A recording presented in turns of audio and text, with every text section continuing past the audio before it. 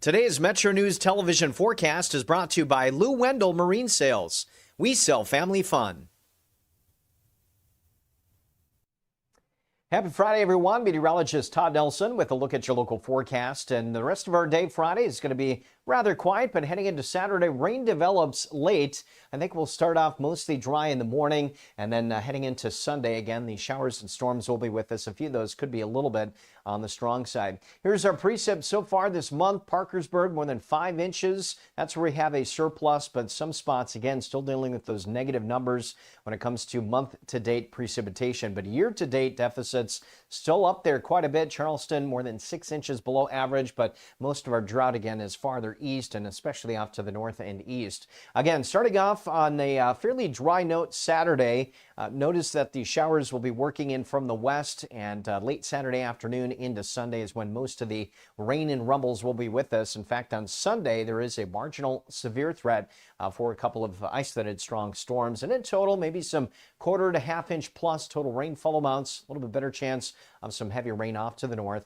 Time now for a Fly CRW forecast. It starts at home. And how about Chicago dropping down into the 70s this weekend after some very warm temperatures as of late? Panhandle forecast keeping us into the 80s, but a few communities again to the east will warm into the 90s prior to that rain starting to move on in as we travel to the south and to the west. Again, that rain starting to move in a little bit earlier, dry start generally, and then the shower and thunderstorm activity starting to move in during the afternoon. Madison up to 85, Charleston 86, Welch at 84, and again, lingering showers and storms into our Monday after a pretty soggy Sunday. Again, we have that marginal severe threat. And then midweek next week looking a little drier with highs in the 80s once again. You own a boat because you love spending time on the water. Choose the outboard that allows you to make the most of it. Honda Marine's legendary reliability, ease of maintenance, and powerful performance keep you going strong. And they're all backed by the peace of mind protection of the industry's best limited warranty. Visit your Honda Marine dealer today and find out why it's more than an engine. It's your time on the water.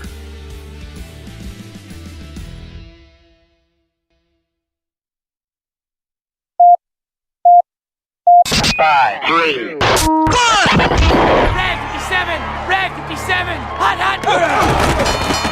I don't believe what I just saw. Bill McKenzie kicks a 38-yard field goal on the final play of the football game.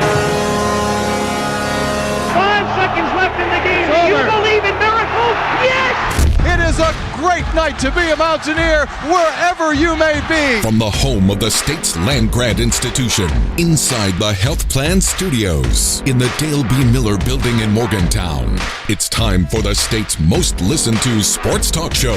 This is the CityNet Statewide Sportsline. CityNet, cybersecurity experts for the digital age. And now, across the state of West Virginia and beyond, Sportsline is on the air. Sportsline for Friday, and it's a busy Friday, again, as we creep towards the start of WVU preseason football camp next week. And the first practice, first media availability for that, by the way, will be Wednesday. So we're getting there.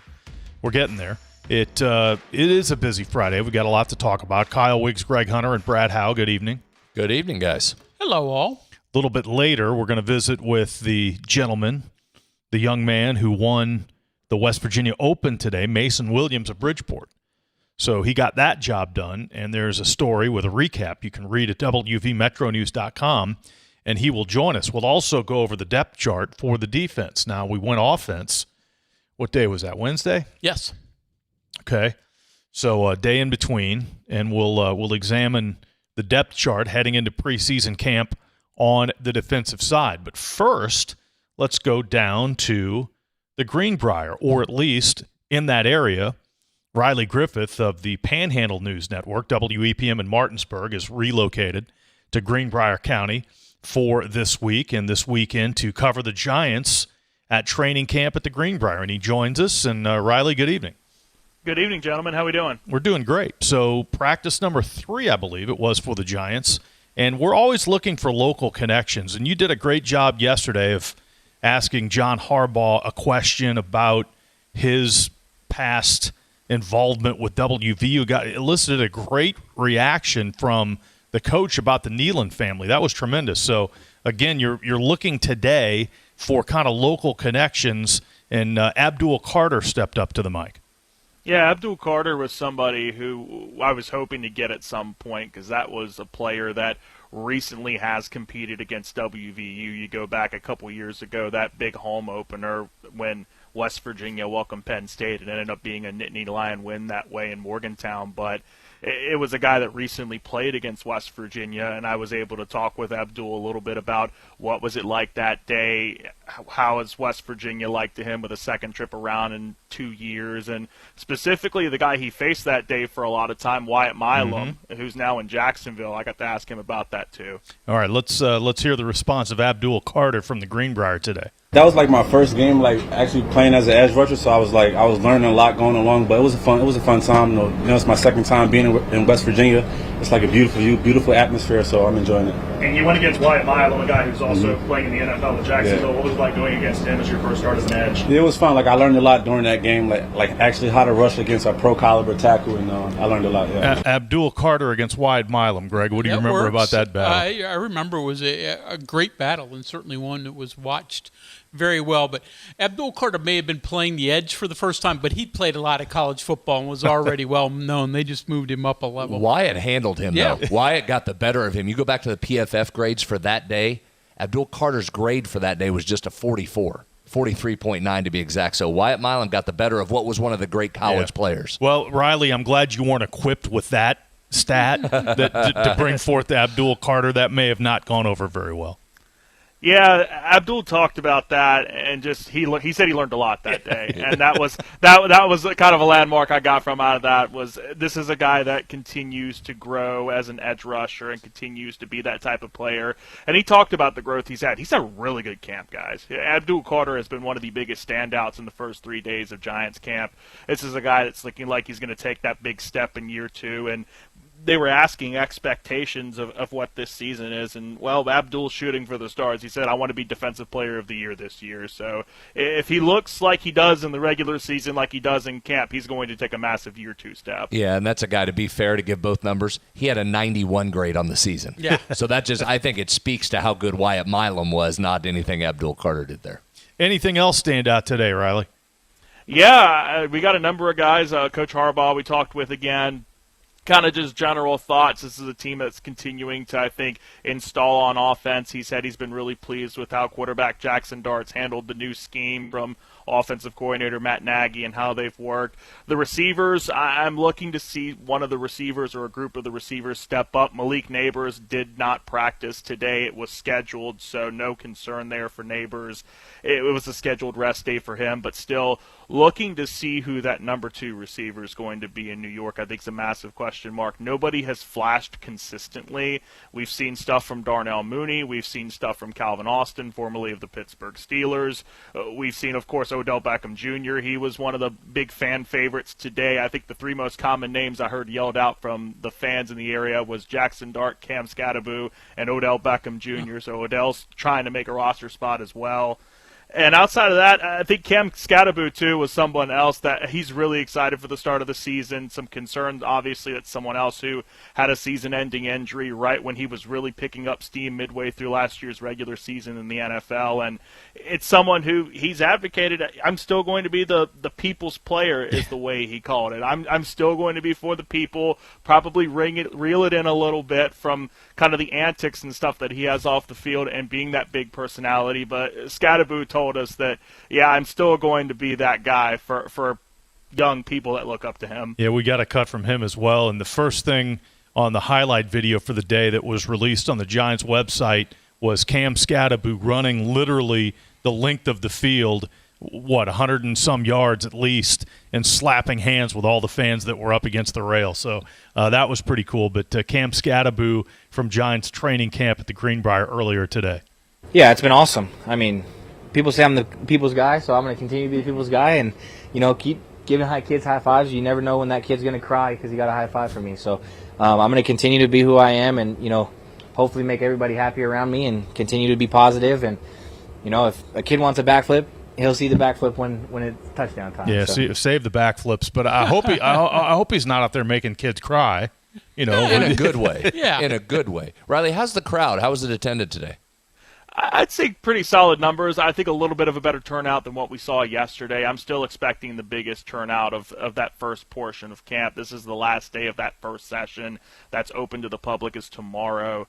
I'm expecting a pretty big turnout that day. Still a very solid turnout. You've got the barricades were the furthest that fans can get to. Those are just lined up with people, probably 2-3 rows set. You've got people still in bleachers. Really good turnout over the first couple days with fan attendance being allowed at the Greenbrier Sports Performance Center. And we had Cam Huffman on last week to talk a little bit about this, and he talked about the fan experience. They've got things for kids and that type of thing, and everything's free with the exception of parking. So what's the fan experience been like, especially for the younger fans? Yeah, it's been great. They've got a lot of wonderful stuff set out. They've got some cool life-size bobbleheads of Giants legends like Michael Strahan and Eli Manning and Lawrence Taylor. Off to the right side, they've got a bouncy house, I think, in that section too. So if the bouncy house is your kid's thing, there you go. A lot of cool stuff. They have autograph zones, and towards the end of practice, they have just kind of an autograph session where players will come over, interact with some of the fans, sign autographs for the kids and stuff like that. I think one of the coolest things I saw somebody bring to get autographed was an Xbox 360 hard copy of a game, because that's going out of style now. People aren't getting hard cases for games anymore. This fan had a hard case of a Madden 16 cover with Odell Beckham Jr. on it. I was very impressed to see him pull that out of whatever drawer he had it in. But just fans brought all sorts of cool stuff. They have a team store, so if you don't have any Giants gear and you want to get some to either get signed or just take home, they've got some great gear there, concessions. It looked pretty packed too. So you got it all in one spot, and like you mentioned, outside of parking, it's absolutely free to take it all in. Well, last thing for you, Giants were 4-13 last year. Of course, John Harbaugh, that was the big offseason story. How much can this team improve? You know, that's a great question, and I think the big tests for this team are going to come early in the season. They start the year off against the Dallas Cowboys, and I believe that's already been picked as a Sunday night game for this year to start the season in week 1.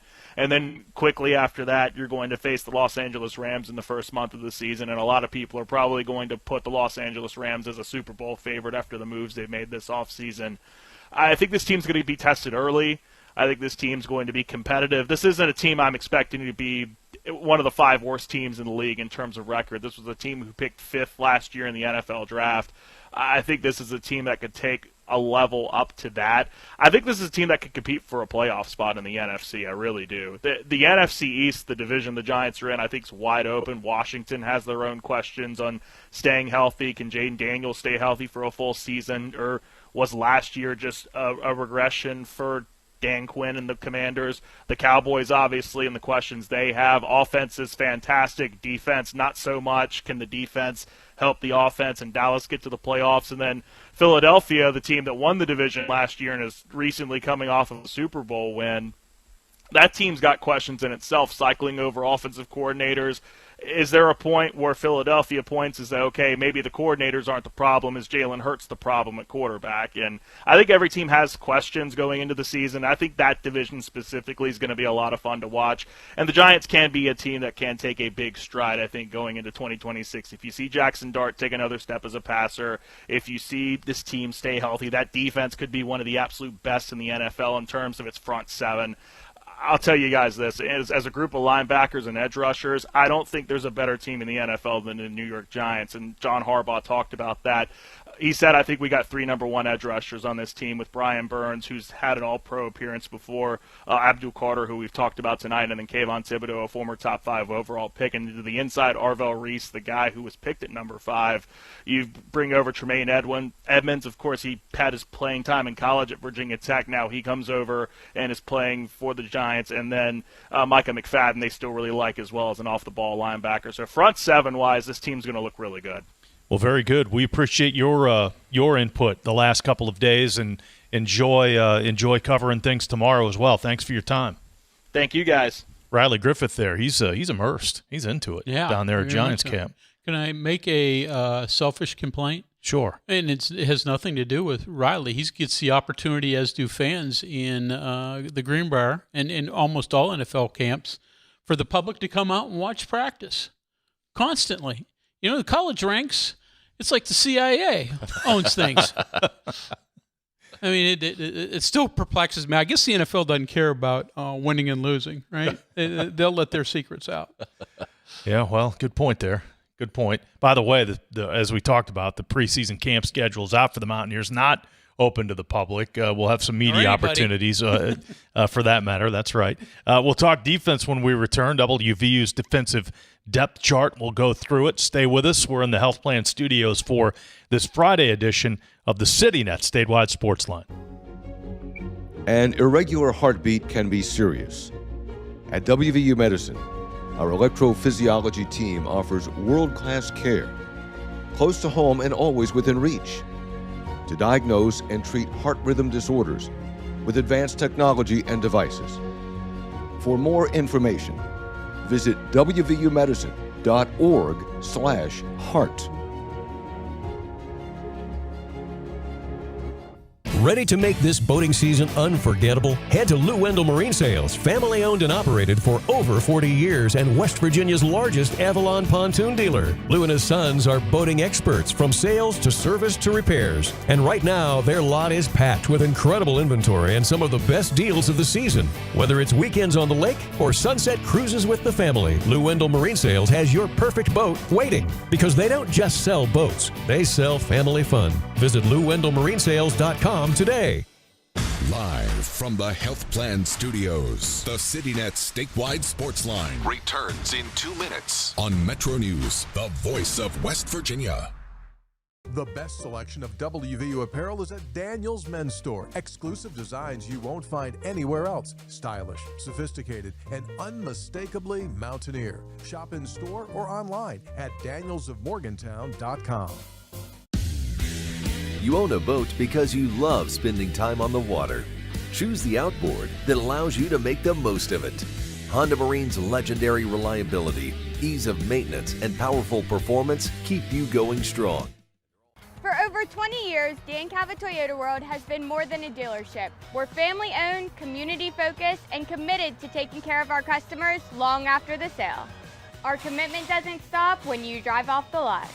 With factory-trained technicians and a service team you can trust, we're here to keep your vehicle running at its best for years to come. So when it's time to get your next vehicle, choose the dealership that's been serving the community for generations. Visit Dan Cava Toyota World in Fairmont. Shop the world! Of course, the LVA was brought into my life because I had a severe heart attack in November of 2024. And then I entered into congestive heart failure. Where he was in the course, we really had to go towards an LVAD. At that point, I was committed. At that point, I wanted to get better, and I wanted to see what this machine was going to do for me. With this therapy, he's thriving, doing well. And not only is he living, he's thriving. We're Panhandle Cleaning and Restoration, and we're gonna save you. We've got it down to a science, an absolute state of art.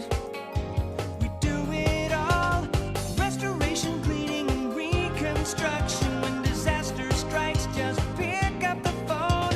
We're Panhandle Cleaning and Restoration, and we're gonna save you.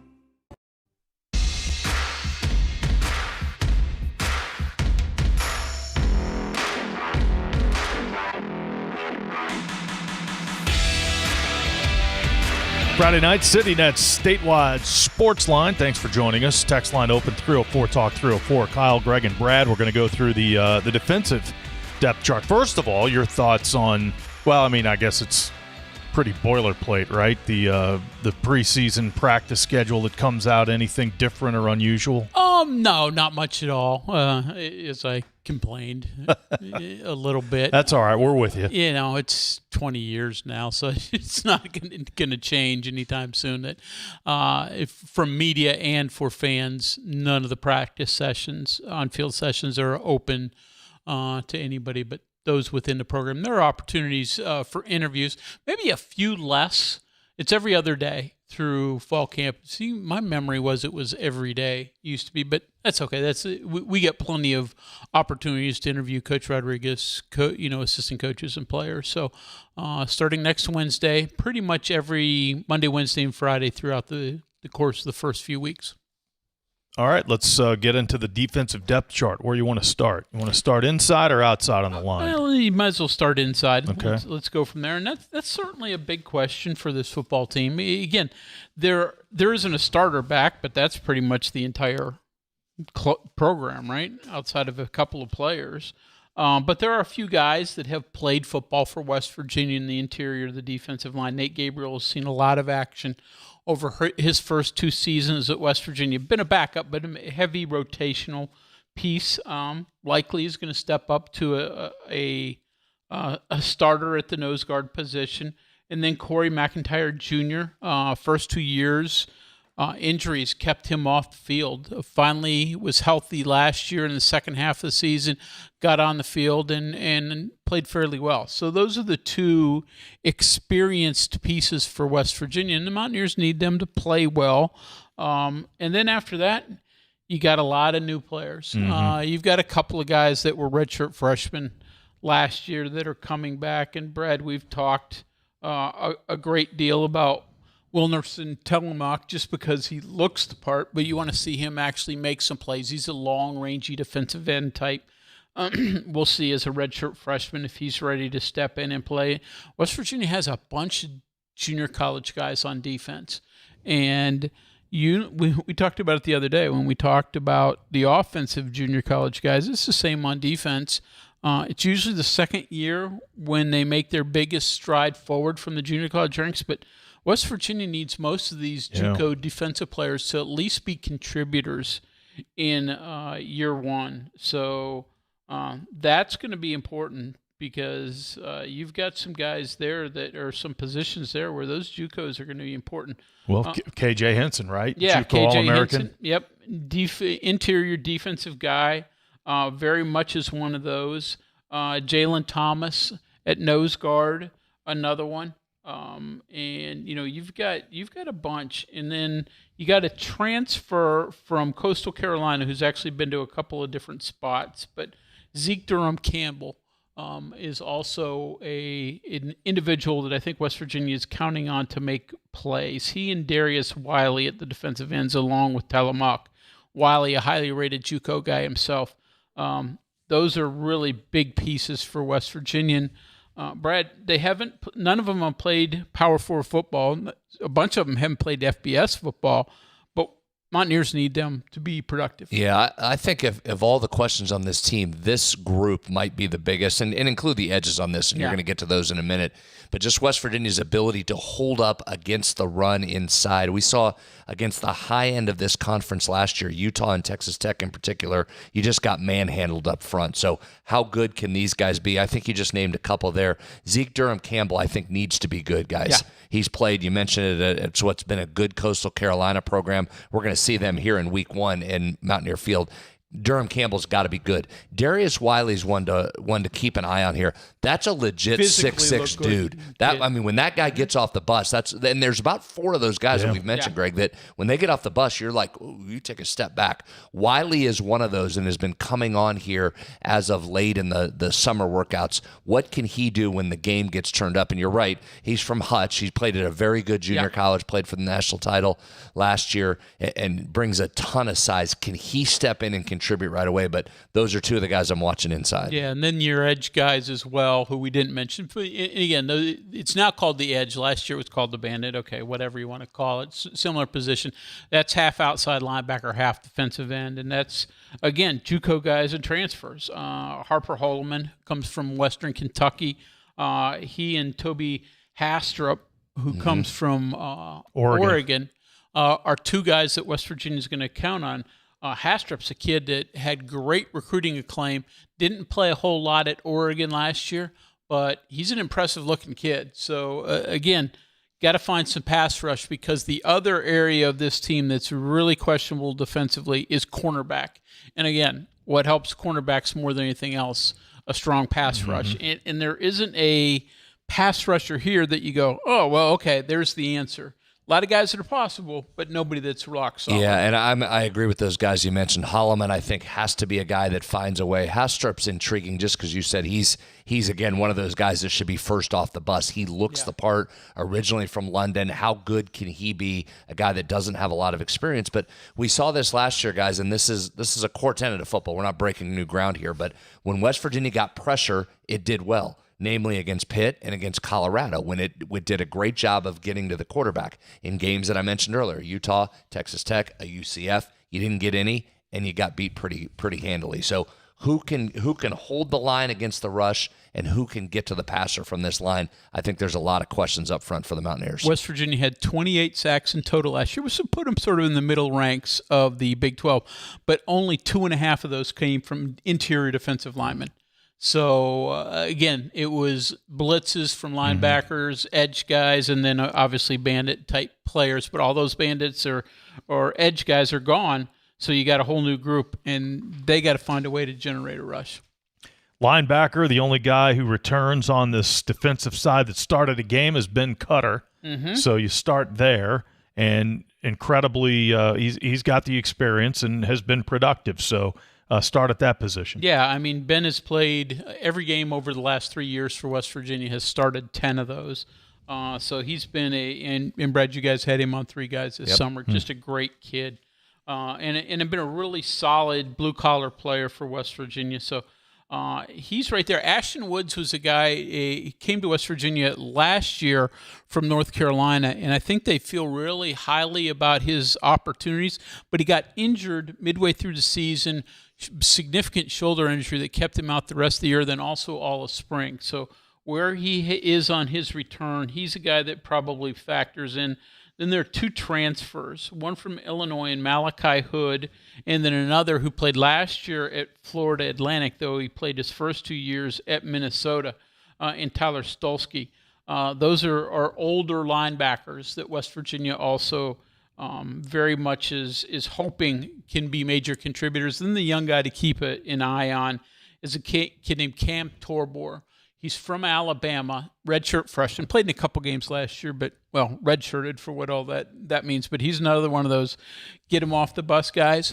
But he was a basketball player through much of his youthful years, moved over to football actually his junior year at high school. One of those Hoover high school guys, just a classic program. Dad played 8 years in the NFL. So he's got football background, but he didn't play himself until late, and all of a sudden he's just coming on now. Be interesting to see where ultimately he lands because physically he's imposing. Isaiah Patterson, another transfer to UNLV. Transfer from and Kyle, UNLV. we did his bowl game last year for bowl season radio. That's a guy that started at UCLA, then went to UNLV. That's a guy maybe that can make some plays for you and get himself into the mix here. Yeah, so that's depth positions. Didn't start any at UNLV last year, but played a lot of football for the Rebels. So he was very much part of their linebacker rotation. So they've got some depth there, but again, outside of Cutter, not many guys who've played or who have really played at West Virginia, but they do have a couple of older linebackers who've played a lot of football, in Stolsky and Hood particularly. All right, on to the back end, which obviously, as you said before, this is the area that probably the most concern. Yeah, let's break it into two because one of them is a big concern, but one of them is actually probably a strength of this football team. In terms of the concern, it's cornerback because West Virginia lost all their corners from last year. Nick Taylor and Keyshawn Robinson returned to West Virginia, but both were really safeties last year for West Virginia. Safety, and then they were part of the special teams. But neither started, and neither played corner, but they're now playing corner. At least they did in the spring. And both are candidates to start, yeah, right? Very much. They're definitely in position to do so. Then you add a couple of transfers in there as well. Chams Dion is a transfer from Georgia State, big corner at 6'3", 200-plus pounds.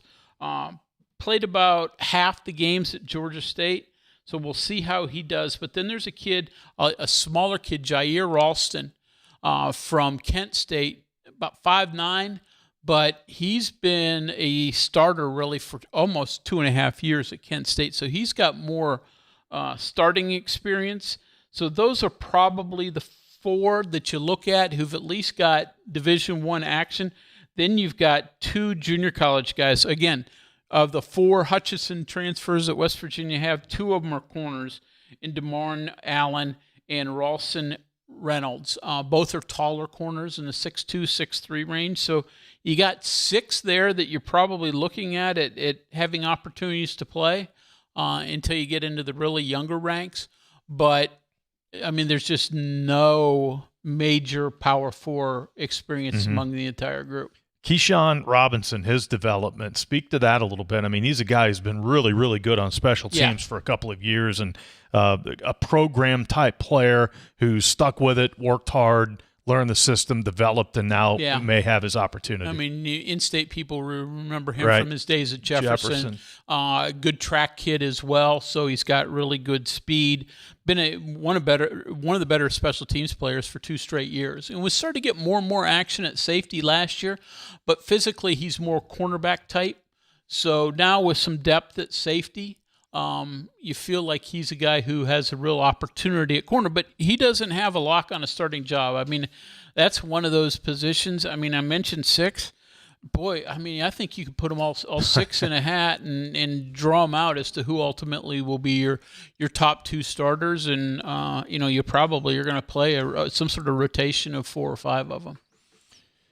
But then you move over to safety. Yeah, the safeties. Okay, now you feel better about the situation because you have combinations of both experienced and very, very high-level recruiting rankings, right?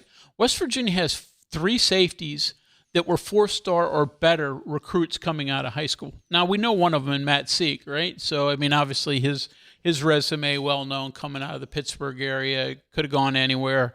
I'm surprised he wasn't a 5-star with all the acclaim that he got. But then you got 2 others that have transferred in. And Kamari Wilson started his career at Florida from IMG Academy. He was rated just as highly as Matt Sieg coming out of his prep school. Started at Florida for a while as a freshman, even started games as a true freshman. Ultimately went from there after 2 years to Arizona State. Then last year finally found a full-time starting job at Memphis and now wants to end his career back at the Power 4 level. So he's at West Virginia, big safety, high-level resume. I think if he's a guy that lives up to his high school rating, boy, you got a deep safety that's really got a chance. Like I said, Sieg, and then you have a transfer from LSU who didn't play a ton for the Tigers last year as a true freshman, comes here, and Jacob Bradford, but he was a 4-star high school recruit as well. So you've got those 3 that are high-level recruits, and then you have 2 guys that have played a lot of college football. Jameer Latimer, who's younger brother, is a running back at West Virginia. Jameer's played in 39 games, started 19 of them between his time at Jacksonville State and Wisconsin. Now he's at West Virginia. Looks like he's their nickel safety, but he could play deep safety. He was actually a corner at Jacksonville State. And then Andrew Podrell, who really was impressive in the spring. Started his career at Montana State, an FCS program. All he's done really is start games wherever he's been. 2 years at Montana State. Then last year, UNLV started every game last year at UNLV at safety. At corner. Then is now at West Virginia. He's played a lot of nickel in the spring, but I think with the idea that he and Latimer could be 2 of your best safeties, you may split them up, and out of your 3 safety positions, you may keep them separated a little bit just because, hey, they're could be 2 of your best 3. And, of course, how's Matt Sieg fit into this situation as well? And finally, Kamari Wilson's a kid that certainly was with the first unit throughout much of the spring. So that's actually a safety position that on paper looks really, really good, unlike most of the defensive spots. Which leads you to the question, as much as this staff has talked about cross-training, you wonder if some of these guys get cornerback looks as well. Yeah. If you get in there and feel like you need some help there, you've mentioned a couple of those guys that have played at corner. Yep. If you feel good about the safety, you might have to be sliding some guys around a little bit. Sieg, I'll be surprised if he's not in this lineup sooner than later. He's here to play. he's not here to watch from the sidelines. Now, it might take him a little bit to get this defense down, and certainly Zach Alley, you talk to anybody, and the number of things that Zach Alley wants to do defensively is a thick book, so it's going to take some learning, but Sieg will be on this field sooner than later. Fair to say that his ascension is similar to Kevin Brown on the offensive side in that you expect that Matt Sieg will be in the starting lineup just like you do Kevin Brown before the season. Sieg and Brown are here to play. Yeah, Sieg and Brown are here to play. Texter points out that Ben Cutter said on 3 Guys that he could eat 5 Tudor's biscuits. He did. I still continue to be stunned by that claim. I don't know that I believe it from Ben. Not to say he's fibbing. I don't know why he'd say it. I don't know if he was extra hungry. Cal, have you seen Tudor's biscuits? Yeah, it's been 5 a while, would be but really hard. Nick Cray said he could do 3, and he's got about 100 on Ben Cutter in terms of pounds. Filled with anything or just straight no, the biscuits? whole, like the breakfast sandwiches, the thing. So it's got everything in it. He might have just been hungry. He was on his way out for the evening. Yeah, I don't think he'd had dinner. I think he was a little bit hungry. 5's an outrageous claim by Ben Cutter. Well, this texter says that he should get an NIL deal with Tudors, which I think's a great idea. Texter says interested in the linebacker core. That's going to be the key of the defense. We've got go ahead. Well, I was going to say, truthfully, every area of this defense is interesting. I mean, you got one guy who started 1 game last year, and that was Cutter. So, there's just so much newness. Now, they brought in some pretty high-level kids. A little, I won't say concerning, but intriguing that a lot of them are junior college guys. So, how quickly can they ascend? But West Virginia needs them to be good. That wasn't a very consistent defense last year, especially in pass coverage. It wasn't very good. Run defense was okay. Pass defense was just outright bad. They got to be better this year. I think the offense is better, but unless your defense is better, it is only so much improved you're going to be record-wise. Back to last night, a comment about Javen Buchanan says, looks like we got shafted again by the NCAA, ruled ineligible. The NCAA is the most corrupt organization in all of sports. If he played for Duke or Kentucky, it wouldn't even be an issue. So there's a little bitterness there with Jay. He's still got the legal process. Yeah, he's still got the legal process. And West Virginia was eyes wide open. They expected him to be turned down from an NCAA situation. So don't panic yet. Let's see how the court system works and see if we can get Javen eligible here. Ross Hodge said yesterday that most players in a similar type of situation where their waiver process was denied by the NCAA, all are going through the legals. There were some of them today that just got granted a waiver. Okay. One of them I'm keeping an eye on because he used to play for Ross at North Texas, named Jason Edwards from Providence. Almost an identical resume to Buchanan. He'd played 2 JUCO years. He'd been 3 years in college. He got granted today an injunction, so he becomes eligible. If you want a direct one-on-one that's an exact same scenario is what Javen is going through. So hopefully we'll stay positive there with the thoughts. Excellent job on the depth chart. No, thank you. We'll take a break. We haven't even hit special teams. We can do that another day. Okay, well, we'll say that for next week, the day before camp starts. CityNet is West Virginia's local internet provider. High-speed, reliable fiber internet probably right at your front door. Now's the perfect time to connect. Local customer support you can trust. Fast, reliable fiber internet built for everyday life. When it's high-speed internet you need, CityNet.net connects, protects, and perfects. Hey, this is Brad Howe for your local internet provider, CityNet. High-speed fiber internet is probably at your front door, and now's the time to connect. Your tax dollars helped expand broadband access across West Virginia, and CityNet makes it real. More rural communities in West Virginia can finally get the high-speed internet they deserve. With free equipment, free installation, no contract, and local support you can trust. So whether you're streaming, working, gaming, or running your business, CityNet delivers the speed and reliability you need. When it's high-speed internet you need, CityNet.net connects, protects, and perfects. We are there for you, to care for you at the health plan. We are here for you. It's good to have options for your family or employees. Rooted in your community since 1979, the health plan is your trusted partner. Get flexible coverage, exceptional support, and competitive rates. The health plan, we are here for you. Live from the Health Plan Studios, the CityNet statewide sports line returns in 2 minutes on MetroNews, the voice of West Virginia. Today's Metro News television forecast is brought to you by Lou Wendell Marine Sales. We sell family fun. Happy Friday, everyone. Meteorologist Todd Nelson with a look at your local forecast. And the rest of our day Friday is going to be rather quiet, but heading into Saturday, rain develops late. I think we'll start off mostly dry in the morning, and then heading into Sunday, again, the showers and storms will be with us. A few of those could be a little bit on the strong side. Here's our precip so far this month. Parkersburg, more than 5 inches. That's where we have a surplus, but some spots, again, still dealing with those negative numbers when it comes to month-to-date precipitation. But year-to-date deficits still up there quite a bit. Charleston, more than 6 inches below average, but most of our drought, again, is farther east and especially off to the north and east. Again, starting off on a fairly dry note Saturday. Notice that the showers will be working in from the west, and late Saturday afternoon into Sunday is when most of the rain and rumbles will be with us. In fact, on Sunday, there is a marginal severe threat for a couple of isolated strong storms. And in total, maybe some 1/4 to 1/2 inch plus total rainfall amounts. A little bit better chance of some heavy rain off to the north.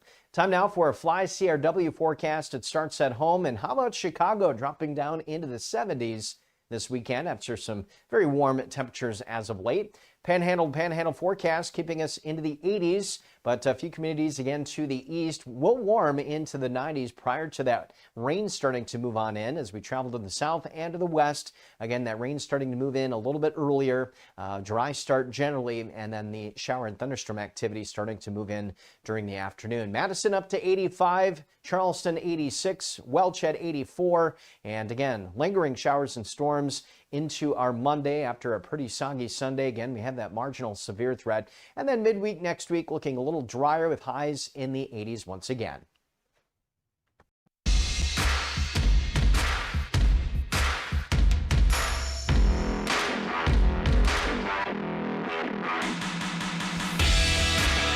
Friday night on the CityNet Statewide Sportsline, we're back inside the Health Plan Studio. Kyle Wiggs, Greg Hunter, Brad Howe.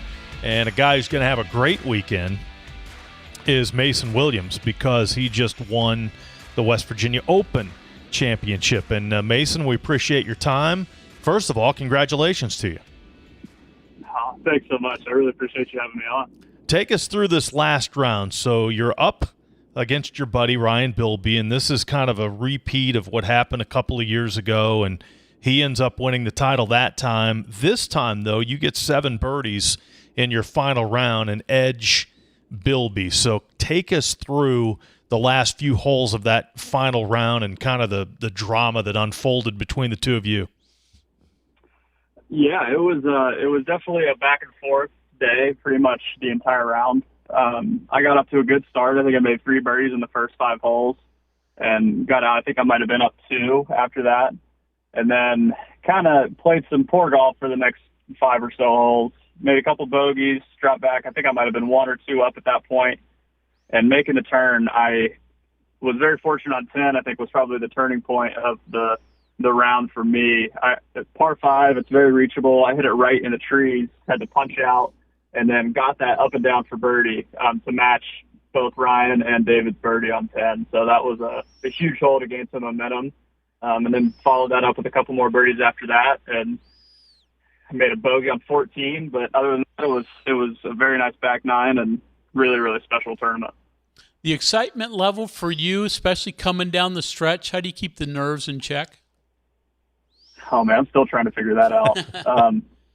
I was fortunate today that, my hand shakily hit the ball on the line with good speed, but it's definitely something you got to figure out each time. And I think the more you're in that situation and the more confidence you can build off some of the good results in the past. And, just have to take it one shot at a time and see what happens. Every year, Mason, when we have the winner of this event on, we ask this question. So I'll ask it to you. If you're driving home right now, or if you're already home, where was the trophy on your ride home? Oh, the trophy is in my passenger seat, buckled in, staring at me. I'm staring at it. Perfect. So I'm assuming that you and Ryan and David Bradshaw were in the final group. Is that correct? That's correct. Okay, so what's that like? You've got Bradshaw, who's won this thing like 12 times. So what's it like competing against him, and what's the dialogue like when you got a veteran like him and then a couple of younger guys like you and Ryan?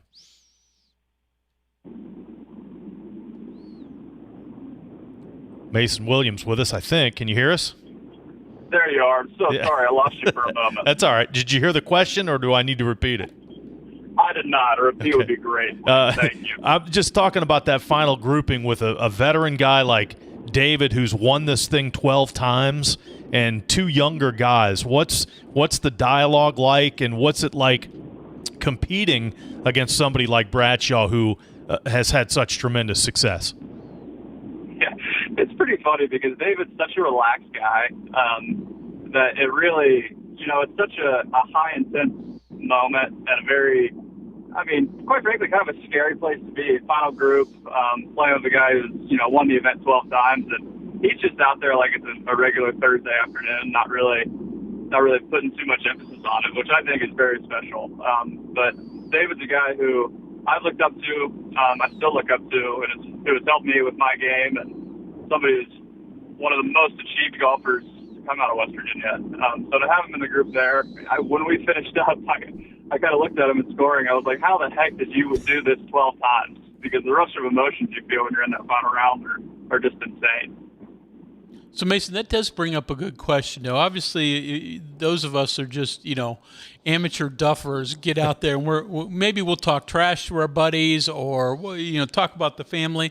What is the conversation like with somebody at this level, pro level, playing at the highest, open in West Virginia? Do you guys talk personality? Does anybody talk trash? How does it work?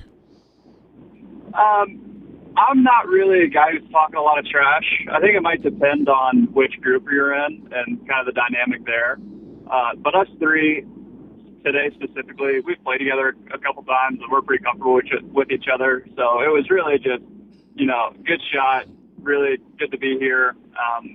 Just made the best man win. It wasn't anything too personal or anything like that. There was not a whole lot of trash talk. It was more just, honestly, just a regular round on Friday with some big implications in the final round. Mason, you were really emotional after this ended. You gave a big hug to your mom right there. Walk us through what you were thinking about there when it ended. What made you so emotional? Yeah, I was.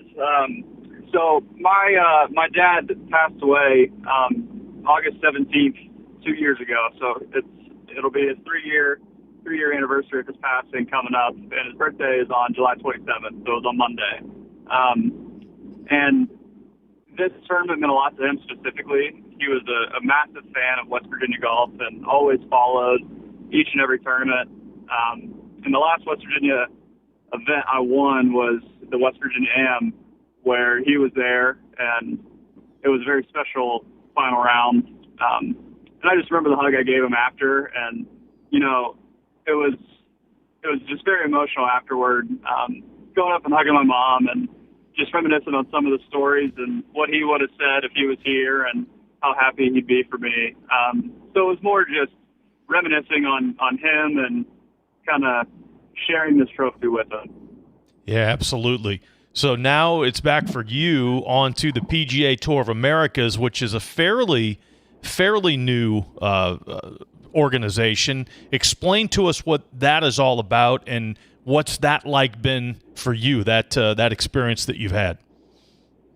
Yeah, absolutely.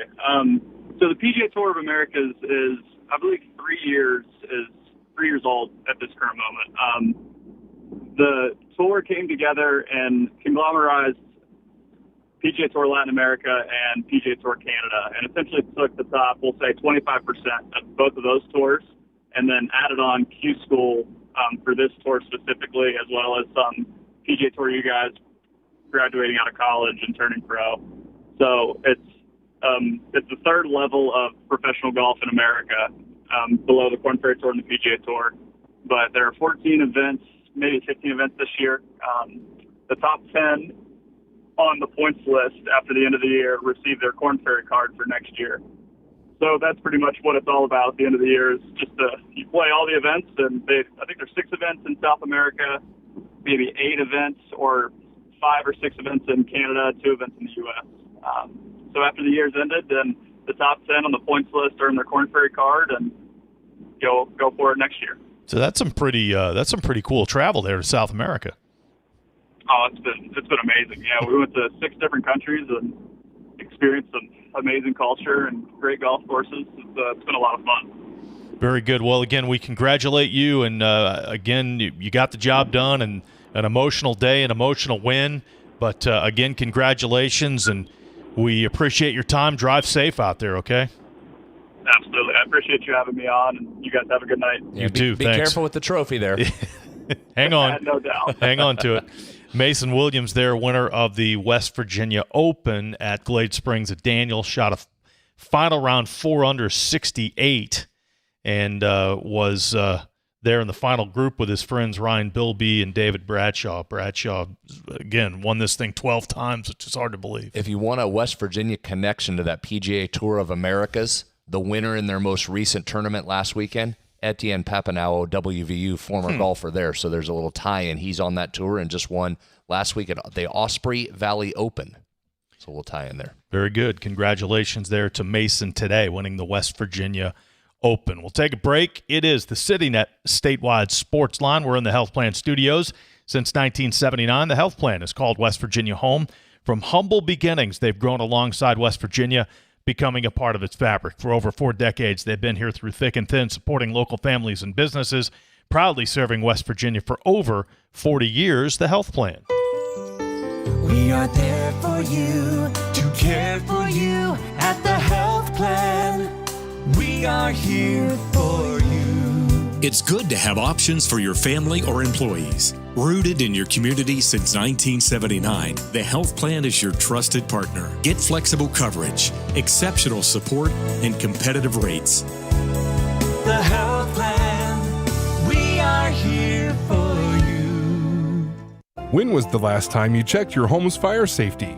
From working smoke alarms and clear escape routes to safe heating in the winter, small checks make a big difference. The West Virginia State Fire Marshal's Office has launched a quick, easy home safety survey to help you spot simple fixes around your house before emergency strikes.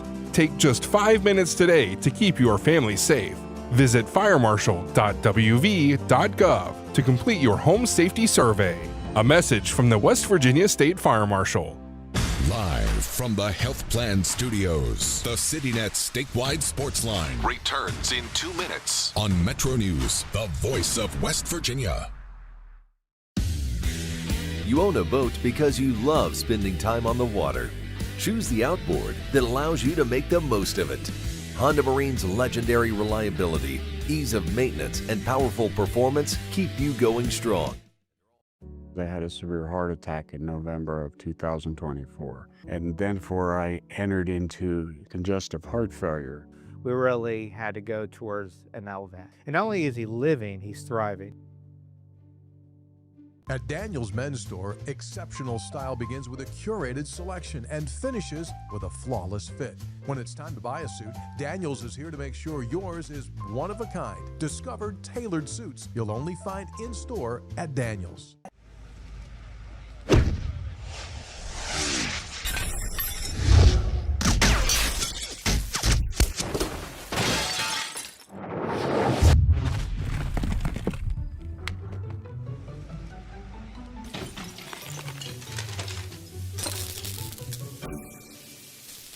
I'm Sean Kovich, Mountaineer Golf Coach. When disaster strikes your home, business, or golf game, call the restoration company the Mountaineers call. Panhandle Cleaning and Restoration. For over 20 years, Dan Cava Toyota World has been more than a dealership. We're family-owned, community-focused, and committed to taking care of our customers long after the sale. Visit Dan Cava Toyota World in Fairmont. Shop the world. Leading the efforts to build a stronger West Virginia, the High Technology Foundation has a proven plan to strengthen and diversify our state's economy. The I-79 Technology Park's high-capacity infrastructure continues to attract advanced federal operations that are driving economic growth. This keeps our young, educated residents in the state and brings West Virginians home. The High Technology Foundation, building a stronger West Virginia. Learn more today at WVHTF.org.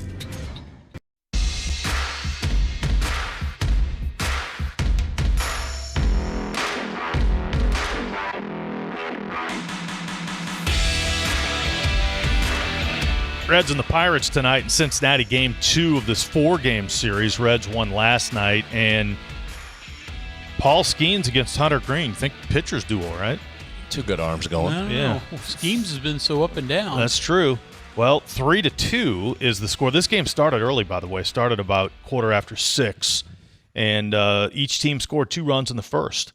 So each of the 2 starters touched for 2 runs in the first, and then the Pirates took a 3-2 lead with a Jake Mangum home run in the second. So they're in the third, and the Pirates lead Cincinnati 3-2 is the score there. Guys, something pretty cool happened in downtown tonight. I don't know if you're aware of this. How many times do you get the opportunity to see someone who may be the best in the world at something? Ooh, what's happening here? The Kim Wilson of the fabulous Thunderbirds playing down on the riverfront tonight. Kim Wilson may be the greatest living blues harmonica player. It's either him or Charlie Musselwhite. Those my 2 votes there. But Kim Wilson and the fabulous Thunderbirds is the best what? The greatest living blues harmonica player. I mean, there's been so many great harmonica players through the decades, but most of them are past.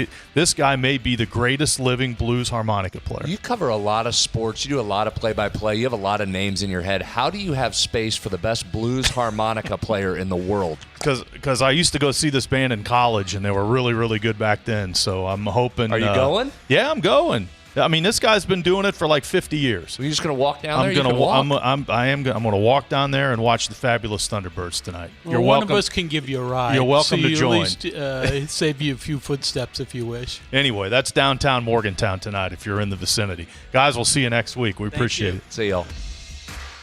From the Health Plan Studios, the CityNet statewide sports line is an exclusive production of the MetroNews Radio Network. All rights reserved.